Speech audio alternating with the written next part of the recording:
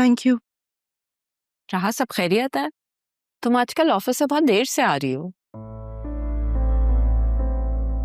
हाँ, वो बस ऑडिट वाले या लैंड रेवेन्यू वाले रोज आ जाते हैं किसी न किसी बहाने से,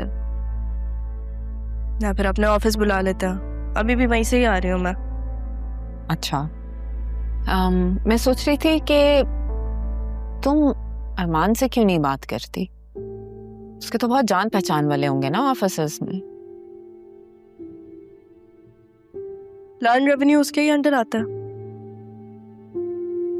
मिस्टर अरमान असिस्टेंट कमिश्नर, वही तो मुझे परेशान कर रहा है। उसकी वजह से ही लेट आ रही हूँ। बेटा, अपने आप को इतने कामों में मत उलझाओ, बिल्कुल मुरझा सी गई। अपना ख्याल रखो, अपने ऊपर तवज्जो दो। थैंक यू नोटिस करने के लिए।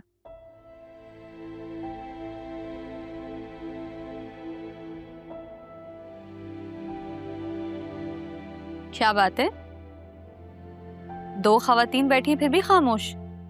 तुम आ गई हो ना, अब होगा शोर। क्या मतलब है, मैं शोर मचाती हूँ? नहीं, तुम तो बिल्कुल शोर नहीं मचाती, देख लिया।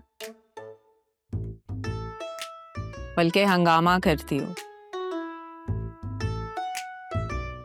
अच्छा ना, मुंह मत बनाओ। ये बताओ तुम्हारी पढ़ाई कैसी जा रही है? अगर मैं पढ़ लूंगी तो क्या तुम अपने ऑफिस में जॉब दे दोगी? तुम संजीदगी से पढ़ना तो शुरू करो, फिर देखना मैं अपना जानशीन बना लूंगी मैं। क्या बात है भाई, फिर तो मैं सीरियस हो जाती हूँ। ऐसे संजीदा होने के लिए नहीं कहा, पढ़ाई में संजीदा हो। पढ़ाई में संजीदा, चलो हो जाएंगे, पढ़ाई में भी संजीदा हो जाएंगे।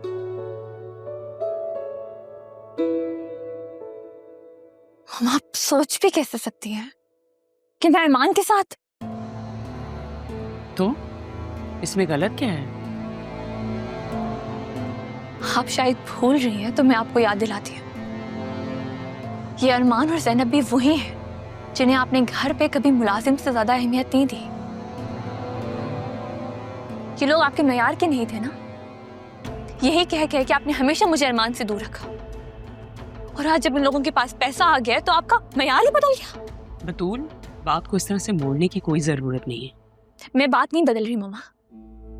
मुझे समझ में नहीं आ रही है कि आज जब आपकी बेटी खुला के बहाने पे खड़ी है तो आप मुझे कैसे कह सकती हैं कि मैं अरमान के साथ? आप ऐसा सोच भी कैसे सकती हैं मामा? मैं शादी नहीं करूंगी, और अरमान के साथ तो बिल्कुल भी नहीं। उस वक्त हालात और थे। मैं जो कुछ भी कर रही हूँ इसमें हम सबकी भलाई है। एक बात कहूं मामा, मुझे ऐसा लगता है कि आपकी बेहतरी का रुख हमेशा उस तरफ मुड़ जाता है जहां आपका फायदा ज्यादा हो। फजूल बातें मत करो। तुम्हें सिर्फ एक चीज ना अपने ध्यान में रखनी चाहिए। मैंने जब भी जो कुछ भी किया है तुम्हारी वजह से किया है, तुम्हारी खुशी के लिए किया है। उस वक्त जो हालात थे वो कुछ और थे, अब हालात कुछ और हैं। तुम ये बात क्यों नहीं एक्नॉलेज करती हो कि तुम्हारी माँ हर वक्त तुम्हारे साथ है?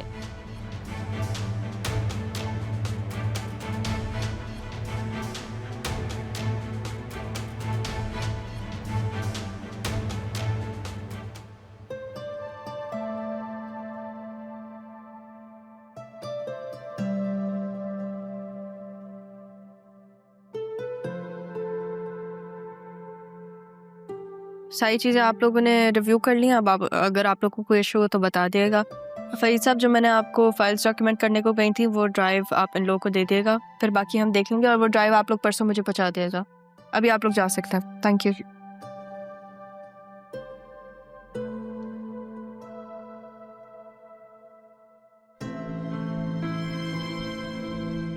Thank you sir.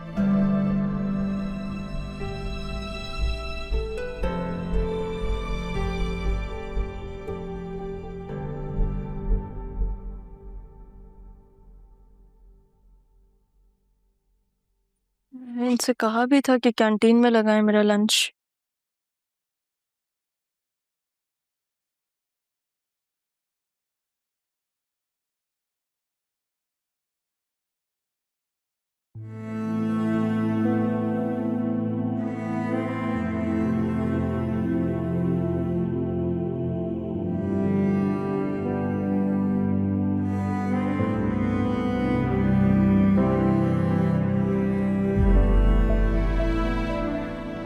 मेरी माँ के हाथ में जायका ही इतना,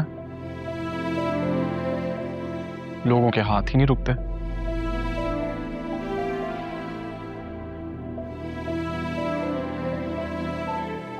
इसी कड़वे लहजे में जब मेरी माँ को हर्ट किया था, याद तो होगा।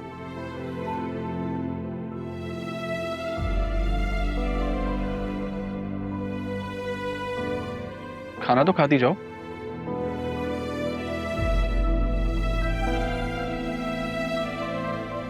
चलो मैं ही खा लेता हूँ।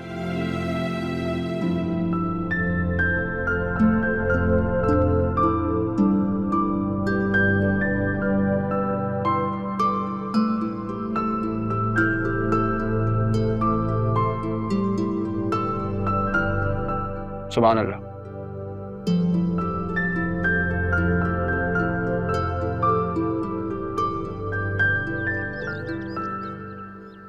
रहमान साहब के साथ होते हो आप?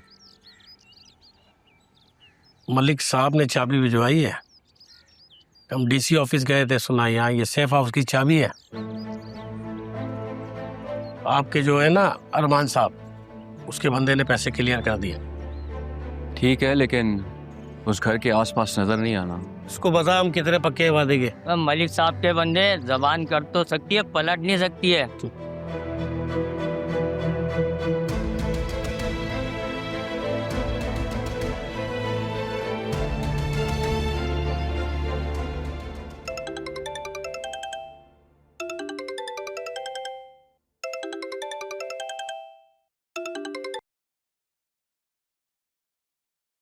हेलो।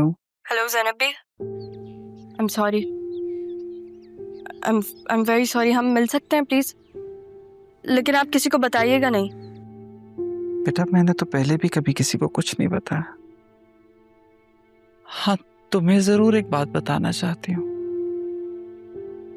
मैं अरमान का निकाह कर रही हूँ।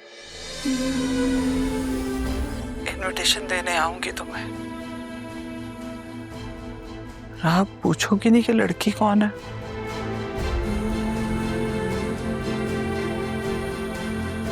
हेलो।